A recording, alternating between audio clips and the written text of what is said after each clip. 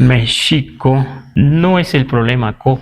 Parece no ser tanto problema tampoco Chic. El problema es Me o Mesh. Voy a dibujar un cerro un poco a la manera de cómo dibujaban ellos. Se dice que ese cerro, ese Texcali, ese peñón, tenía una cueva. Pero esa cueva tenía dos cuevitas adentro y se dice que de ahí salía el agua y se enlazaba y daba al lago, esa agua dulce. ¿Por qué quiero mostrar esto? Yo lo que entiendo es que Co se refiere a algo aquí adentro, o sea, dentro de la cueva. Y ahora, si entendemos que esta es doble C, este Chic también se refiere a esa misma oquedad. O sea, dos cosas. Co es el lugar es interior. Y Chic se dice que aquí había otras dos cuevitas, aquí, de donde salían los manantiales. Pero Tenochtitlan está en la orilla de la cueva porque el águila se posó afuera. Entonces hay lugares, hay ciudades que se nombraron así antiguamente, con dos nombres. Es el caso de Mexico, Tenochtitlan. Pero lo que yo entiendo es que Mexico se refiere a algo interior y que Tenochtitlan se refiere a algo